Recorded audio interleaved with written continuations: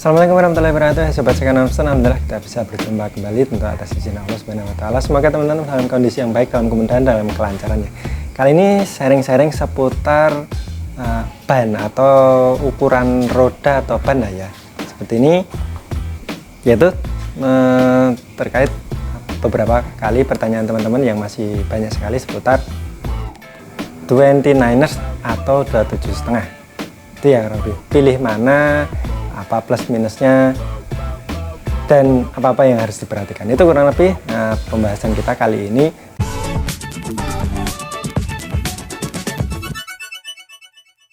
Disclaimer sedikit, saya tidak bermaksud dalam konteks sebagai ahli atau praktisi atau pengguna aktif ya. Bersepedaan dulu pernah menggunakan secara aktif, tapi sebelum era sekarang ya masih menggunakan zamannya roda 26. Itu satu-satunya ukuran yang familiar ya dipakai di sepeda. Sampai postur badan saya juga masih sama, di tinggi kisaran 168 cm. Mulai dari masa sekolah sampai kuliah itu menggunakan sepeda ukuran 26 inch federal ya. Itu teman, setelah seiring perkembangan usia dan kegiatan di dunia kerja sudah tidak ada goes, baru masuk lagi ke dunia goes setelah ternyata ukuran ban atau roda itu di 29 inch mulai masuk, mulai tenar dan menjadi pilihan. Kemudian ukuran ban 27,5 masuk lagi, itu ya kurang lebih. Tapi di awal-awal yang saya rasakan ketika masuk di ban 27,5 ketika mencoba itu, bagi saya, opini pribadi, yaitu merasa agak canggung ya. Bagi saya itu terlalu besar karena sebelumnya terbiasa dengan roda 26. Cuman ternyata seiring dengan animo masyarakat bersepeda, ternyata pabrikan lebih banyak merespon ban ring 27,5 ya sebagai pilihan yang umum, dan sekarang pilihannya banyak dan banyak diadopsi sebagai ukuran size normal setiap pabrikan sepeda yang ada di Indonesia. Itu kurang lebih latar belakangnya. Semoga beberapa poinnya menjawab. Jika ada kekurangan, ada kesalahan yang teman-teman bisa koreksi atau kritisi, silahkan sampaikan di kolom komentar ya teman-teman. Oke, langsung kita masuk ke pembahasan kurang lebih latar belakangnya tadi. Kemudian nanti akan kita coba olah ke dalam 7 poin pertimbangan kurang lebih yang akan terdampak atau perlu dijadikan bahan pertimbangan plus minusnya jika teman-teman menggunakan 27,5 atau 29. Kemudian nanti kita coba resume beberapa poinnya dan kira-kira kesimpulannya bagaimana gitu kurang lebih. Kita langsung mulai pembahasan. Oke teman-teman, kita di belakang ada unit sampel ya, Polygon Xtrada 5 ukuran 29ers atau 29. Kemudian di sebelahnya ada Polygon Xtrada 6 ukuran 27,5 sebagai simulasi ya, sebagai media untuk visualisasi. Oke, langsung kita coba visualkan dulu efek atau dampak terhadap geometri atau terhadap fisik unit sepeda ya, baru nanti kita ke pembahasan. Oke. Ya, ini dia teman-teman sampel unitnya ya. Yang sebelah adalah Polygon Xtrada size L Xtrada 6, tapi basic frame Xtrada 5, 6, 7 itu sama ya teman-teman, hanya beda di konstruksi di hubnya saja. Maka ini cukup mewakili kita pikir ya. Kemudian di sampel unit 29 inch-nya ada di Polygon Xtrada 5 size L juga seperti ini ya. Oke, langsung kita coba analogikan seperti ini teman-teman. Kita visualisasikan di tinggi unit sepeda ya. Yang kanan ini size 29, yang kiri 27,5. Langsung kelihatan di area headnya ya, di handlebarnya itu teman-teman ya. Ini berada di tengah. Kalau di simulasikan di garis bantu tembok ini ya teman-teman. Yang size 29 tentu dia lebih tinggi, maka ground clearance otomatis dia lebih tinggi, maka berarti tuntutan penggunanya dia juga yang berpostur lebih tinggi gitu ya nanti teman-teman. Oke, lanjut ke poin keduanya. Dampak signifikannya adalah si wheelbase, atau kita langsung yang bisa kita simulasikan adalah panjang total dari unit sepeda ini ya teman-teman, seperti ini kurang lebih. Oke, seperti ini ya teman-teman. Yang kanan adalah 29, yang kiri adalah yang 27,5. Ini kalau di kamera ada garis bantu yang itu kita referensikan ke garis di keramik ya teman-teman. Oke, dampak panjang totalnya seperti ini teman-teman, kita visualisasikan secara sederhana. Yap. Ada selisih lumayan signifikan ya teman-teman, jadi ada kemiringan panjang total. Itu pun yang 29 adalah diganti dengan ban versi aspal atau gravel ya. Ketika memakai ban asli off-roadnya, tentu dia akan lebih tebal lagi dan dia kemiringannya akan lebih mencolok seperti ini kurang lebih ya teman-teman. Gitu ya. Maka akan berdampak pada handling, gaya berkendara, dan kemampuan kelincahannya. Oke, itu ya teman-teman, kurang lebih visualisasi sederhananya ketika kita compare unit 29 inch dan 27,5 dari frame model Polygon Xtrada ya, seperti ini kurang lebih. Cara sederhana kita visualisasikan. Yap, teman-teman. Tadi ya kurang lebih ada beberapa visualisasi dampak dari ukuran 29 inch dan perbandingan terhadap 27,5. Kita masuk ke pembahasan yang pertama. Apa dampak atau efek yang pertama terkait 29 atau 27,5? Dampak yang pertama adalah seputar percepatan atau bahasa sederhananya apa ya? Akselerasi mungkin ya teman-teman. Ya teman-teman, penggemar modifikasi otomotif biasanya kurang lebih cukup familiar dengan modifikasi velg ya. Dia roda 2 itu agak jarang memodifikasi velg seputar ukuran, tapi kalau roda 4 itu familiar sekali modifikasi ukuran velg ya teman-teman. Misal roda bawaannya adalah ring 14, maka teman-teman akan memodifikasi velgnya untuk naik ringnya menjadi ring 14 atau ring 15 atau bahkan ring 16 atau bahkan sampai ring 17, itu ya kurang lebih. Nah biasanya dampaknya adalah tarikannya menjadi berat. Kenapa? Karena kebutuhan untuk menggulirkan roda itu juga semakin berat, dan ya dampaknya terhadap mesin, dia butuh ekstra tenaga, ekstra power, artinya membutuhkan konsumsi bahan bakar, membutuhkan rentetan kebutuhan yang untuk menghasilkan tenaga yang lebih banyak. Apa kelebihannya jika pakai ring 29 yang dalam artinya ukuran dari bannya atau ukuran lingkar roda terluarnya ini ya yang lebih besar daripada 27,5? Ya tadi ketika dia digunakan untuk bergulir, maka dia menjadi berat. Tapi ketika dalam kondisi stabil atau sudah dalam capaian normal, maka dalam rotasi sumbu yang sama, misal 2000 rpm, maka putaran rodanya yang didapat atau keliling dari roda yang didapat itu akan lebih banyak atau lebih jauh, sehingga secara sederhana kecepatan si kendaraan yang akan diperoleh jauh lebih tinggi daripada ketika rodanya lebih kecil. Nah ketika roda 27,5, maka tenaga yang dikeluarkan tidak butuh lebih besar daripada roda yang lebih besar, sehingga secara sederhana seolah-olah kendaraan ini lebih bertenaga.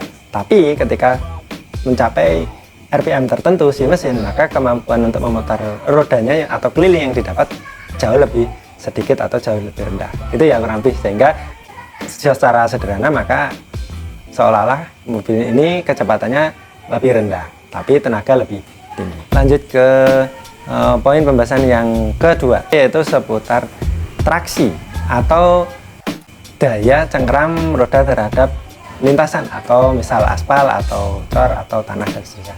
Itu ya maksudnya bagaimana seperti ini teman-teman. Nah traksi itu berhubungan dengan bidang kontak permukaan ban terhadap lintasan tadi ya teman-teman. Jika disimulasikan di area ini ya, berarti lingkar terluar ini, nah kurang lebih ketika bersinggungan dengan trek atau aspal ada seperti ini. Ketika lingkarnya makin kecil, maka bidang kontaknya ini semakin kecil. Ketika lingkarnya makin besar, maka bidang kontaknya ini makin besar ya. Jika kita ekstrimkan seperti ini kurang lebih teman-teman. Nah misalnya ada dua lingkaran ini ya, anggap ini simulasi yang roda paling besar 29, kemudian yang kuning ini adalah roda 27,5, maka seperti ini kurang lebih ya teman-teman. Nah tentu bidang kontaknya ya untuk lingkaran yang merah ini akan lebih luas dibanding bidang kontak terhadap lingkaran yang kuning, gitu kurang lebih. Maka logikanya si bidang kontak yang merah ini lebih banyak, maka traksinya lebih baik. Ketika ban ukuran lebih kecil, bidang kontaknya lebih sedikit, maka traksinya ya jika dibanding yang lebih besar maka dia akan kurang, gitu ya. Walaupun bidang kontak itu juga tergantung dari lebar si ban, dari sisi ukuran lebar ini ya teman-teman, dan tergantung juga motif atau tekstur si permukaan ban. Itu ketika traksinya itu banyak, artinya juga beban untuk menggulirkannya juga lebih besar karena bidang geseknya banyak, maka tenaga untuk menggulirkan atau koefisien geseknya juga berarti lebih besar. Artinya roda 29 itu lebih membutuhkan tenaga untuk menggelindingkan, itu ya kurang lebih bahasanya. Lanjut ke pembahasan yang ketiga, yaitu kalau di mobil itu biasa kita sebut dengan sudut datang dan sudut pergi atau approach angle atau departure angle. Ini kurang lebih simulasinya seperti ini teman-teman. Seperti ini. Ketika ada obstacle seperti ini teman-teman, nah ketemu, jika lingkar roda ini lebih besar maka dia akan melandai ke sana ya teman-teman. Maka roda itu akan berhenti di sini ketika bertemu dengan si penghalang atau rintangan atau gundukan atau apapun itu ya. Maka kemampuan roda ini untuk melompati akan lebih tinggi dibanding roda yang ukuran kecil. Jika roda itu ukurannya kecil atau lebih kecil daripada 29, artinya kita analogikan di ring 27,5, maka hambatan ini tadi akan lebih masuk, ketemunya akan lebih pendek, sehingga ketika disudutkan, sudut angkatnya terhadap sepeda, maka dia akan lebih tinggi dari jarak senternya, senter ke halangan seperti ini ya teman-teman. Maka sudutnya dari sini ke titik pusatnya itu kebayang nggak teman-teman? Enggak seperti ini ya, ketika roda besar, ketika roda ini lengkungnya lebih kecil, maka dia akan lebih masuk seperti ini kurang lebih analoginya ya. Maka sudutnya terhadap bidang kontak si center ban di sini, maka dia akan menjadi lebih tinggi sehingga dia bebannya membenturnya lebih kencang. Ketika dia lebih landai untuk roda ban yang lebih besar, maka dia membenturnya lebih ringan sehingga sepeda untuk melompatinya lebih mudah. Gitu kurang lebih teman-teman. Berikutnya pembahasan yang nomor 4 ya teman-teman. Pembahasan yang nomor 4 itu seputar bobot ya, sebagai hukum normal, hampir bisa dibilang hukum pasti ya. Ketika ukurannya sebuah benda itu lebih besar, ya pasti bobotnya lebih banyak atau lebih berat. Misal di ukuran yang sama seperti ini, dia terdiri dari balak, ada inner tube-nya, ban dalamnya, dan ada outernya. Ketika dia lebih besar, dimensinya lebih besar, artinya yang 29, maka berarti dia butuh material lebih banyak sehingga bobotnya lebih banyak atau lebih besar atau lebih berat gitu ya. Berarti 29 akan ada efek lebih berat, 27 lebih ringan, itu kurang lebih. Oke, lanjut ke pembahasan nomor 5 ya teman-teman. Ya, dampak dari ukuran tadi 27,5 dan 29 berarti kan jarak titik terluar roda dengan senter roda ya. Ini kan berarti lingkaran lebih besar sehingga berarti jaraknya lebih besar, atau bisa dibilang jari-jari lingkaran terluarnya ya. Itu akan berdampak kepada ukuran atau geometri sepeda. Artinya jika sumbu rodanya sama saja ya, atau wheelbase-nya itu sama, jarak sumbu rodanya, secara panjang dari total sepeda itu pasti akan terdampak lebih panjang.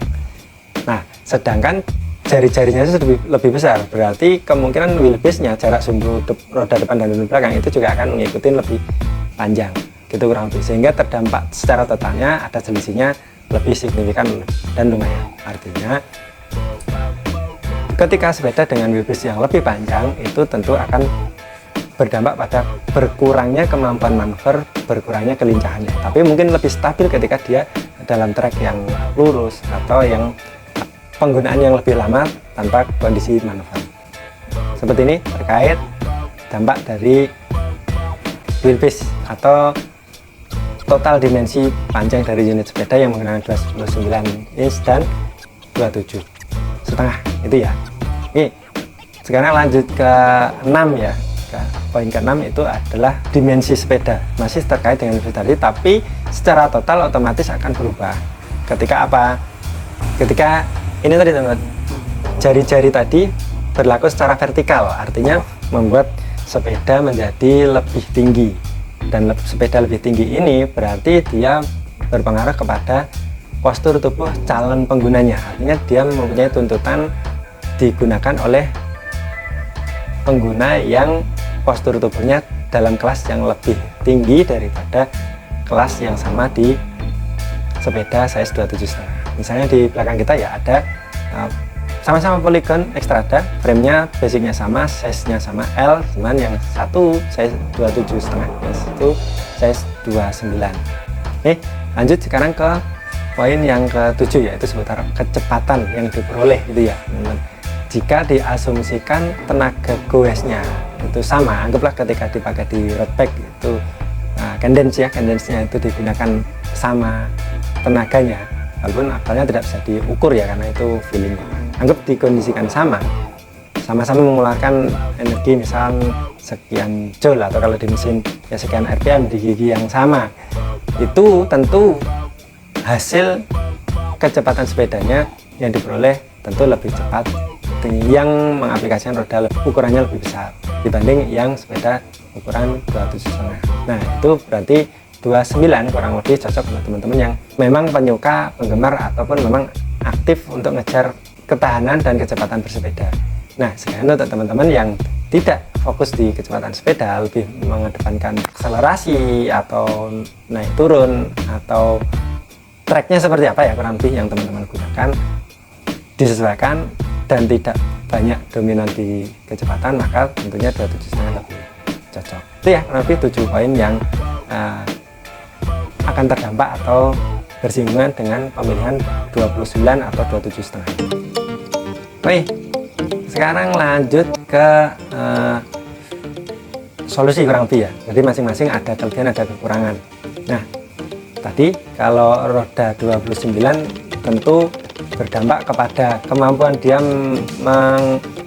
melibas obstacle atau hambatan atau rintangan di jalan. Ketika dia menggunakan ring 29, getarannya itu akan lebih ringan karena apa? Tadi ukurannya ini terhadap sudut dakinya menghasilkan kemampuan dia lebih baik melibas rintangan dibanding 27,5. Seperti ketika teman-teman bisa perhatikan di sebagian besar motor trail ya, motor trail itu rata-rata depannya lebih besar dibanding roda belakang, tentu mempunyai maksud dan tujuan tadi agar pengendaliannya lebih baik dan mengurangi getaran. Kenapa? Dalam jarak lubang ini, anggaplah jalan itu berlubang dan lubang yang sama, tentu roda yang lebih besar itu masuk ke lubangnya akan lebih sedikit dibanding roda yang kecil ya. Di roda yang kecil ya maksudnya akan lebih banyak itu, dan mempunyai dampak apa ya? Ketika bebannya lebih ringan, ketika dia mudah melewati, tentu keawetan dari rangkaian si head dan jenisnya itu lebih tinggi atau lebih baik dibanding roda yang lebih kecil. Selain juga di situ butuh teknik dari setiap pengendaranya ya. Maka solusinya kurang lebih jika menghendaki kelebihan poin-poin tadi seputar 29, tapi menghendaki juga kemampuan berakselerasi yaitu terkait dengan roda belakang, maka bisa di mix atau bahasa istilahnya mulet ya, atau yang biasa dipakai oleh motor-motor trail. Roda depan lebih besar, roda belakang lebih kecil. Kalau di sepeda bisa dianalogikan roda depannya pakai 29, roda belakangnya tetap 27,5 misalnya seperti itu. Maka kestabilannya dapat, getaran dan kemampuan melibas obstacle-nya lebih baik, tapi roda belakangnya dengan goes tenaganya lebih ringan, akselerasinya tetap dapat. Itu rapi ya teman-teman. Oke, lanjut ke kesimpulan kurang lebih seperti ini teman-teman. Jadi 29 atau 27,5 itu mestinya tidak hanya berhenti di seputar gaya-gayaan atau ikut-ikutan, tapi teman-teman pastikan seperti apa gaya berkendara teman-teman, medannya atau tracknya seperti apa, disesuaikan karena masing-masing ada plus minusnya. Plus jangan lupa faktor safety ya. Jika teman-teman menggunakan unit sepeda oversize atau melebihi dari standar ukuran postur tubuh kita, tentu ada hal-hal yang akan bersinggungan dengan kondisi yang di luar kendali kita. Misal kaki kita tidak mampu menjangkau tanah, maka berarti pengendaliannya akan jauh lebih butuh effort, jauh lebih butuh kesiapan fisik dan hal-hal terkait lainnya. Itu ya, tapi jika trek teman-teman banyak jalan datarnya atau butuh banyak speed, tidak terlalu membutuhkan kegesitan, maka 29 bisa cocok asal postur tubuh teman-teman tetap berada di area yang memang disarankan untuk postur badan tersebut. Tapi untuk 27,5, tentu teman-teman akan bisa memakai lebih fleksibel di jalan yang banyak obstacle, butuh kelincahan, butuh kondisi-kondisi tertentu, maka itu menjadi lebih mudah beradaptasi, tapi tetap ada kekurangannya, itu kecepatannya tentu akan kalah dibanding yang 29. Itu kurang lebih teman-teman. Jika ada kekurangan, kesalahan, kekilafan, silahkan teman-teman koreksi. Tentu beberapa hal yang tadi tidak kami peroleh sendiri, tidak saya dapatkan sendiri, kami juga mempelajari dari beberapa referensi, kemudian kami sarikan, terus kita kombinasikan dengan beberapa logika atau prinsip-prinsip kerja sederhana yang kita pahami. Itu semoga membantu, semoga bermanfaat. Terima kasih untuk teman-teman yang sudah menonton, terima kasih untuk teman-teman yang sudah meluangkan waktunya, semoga menjadikan bermanfaat bagi kita bersama. Sampai jumpa di next video. Assalamualaikum warahmatullahi wabarakatuh.